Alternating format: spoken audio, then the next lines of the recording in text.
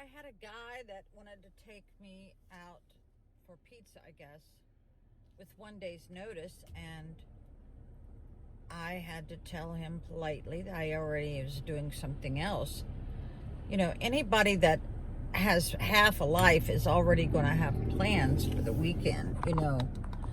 And, yeah. But I think a lot of guys are, some of them are willing to drive an hour and a half to come and see you. What kind of relationship is that? I had that kind of relationship when I first got divorced, and it became one-sided. I was the one doing the traveling, and I was on a very strict budget, and he didn't help me at all. And sometimes, I think every weekend, we did what he wanted to. We would go to the track, and it cost me $25, $30 to get in, and he never paid that. These are all little red flags, people. I've seen a lot of the guys I have dated in the last 5 years, and a lot of them look like they're at death's door. They are, they gained like another 100 pounds, and that's very unsettling, because you would think that people wouldn't let themselves go so much if they were dating. You know, you think you'd be worried about your health and your weight, you know. So, yeah, a lot of people who were younger, they had hair, now they don't have hair. But please, God, don't buy a wig. Don't wear a wig. That is so awful.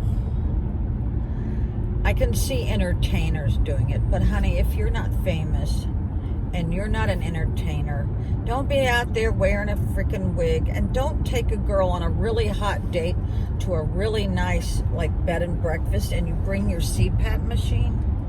That's not sexy, and I know that you need it to sleep, but people, you're not going to turn anybody on with a CPAP machine.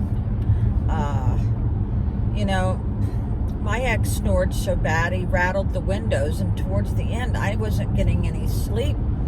I was perimenopausal. I had to sleep, you know, in another room, you know, because sleep is so very important. I was not, like, I couldn't function half the time. If you're not getting a good night's sleep, you can't function. So, like I said the other day, I thought, you know, I did a video about what ages you, and I should have spent more time talking about that, because what ages you is chemicals, smoking, drinking, any kind of chemicals that you're putting in your body. But the worst is stress. It's stress, please. It is very, that, or working too hard. I know people who are very hard workers, and they have more wrinkles than some of their counterparts, you know. If you're a workaholic, now my ex is the exception. He doesn't have a wrinkle, and he's 68. Doesn't have one wrinkle. But yeah, I know a lot of hard workers. They, especially if they're outside a lot, they will be, they age a little faster. Also, repetitive injury.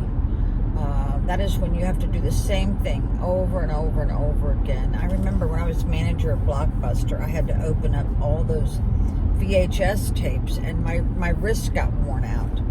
And people who do carpeting and tile, you know, their knees are gone. Always protect what you can, if that's possible. And if you're lifting heavy weights, wear that back brace.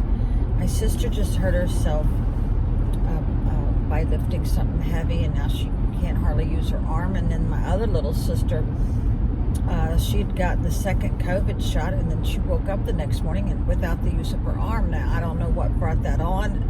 Please don't read more into this. This is what she said. I feel sorry for them both. My God, can you imagine not being able to use your hands? Yeah, and this is extremely important. If you know that you are in pain, that's your body telling you that something is wrong. Use that to your benefit. And I now have 2 or 3 sisters. Yeah, I think it was 3 sisters now, who waited too long to have some body parts replaced, and now their health is too bad to even consider it.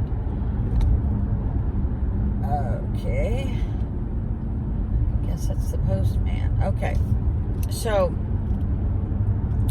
yeah, one of my sisters, her knees are shot, and I said, well, you're going to get a knee replacement. She said, no, but the doctor won't do it. Well, my question to her is, get a second opinion. Get a second opinion. Just don't always go by what one doctor says. That doctor could be wrong.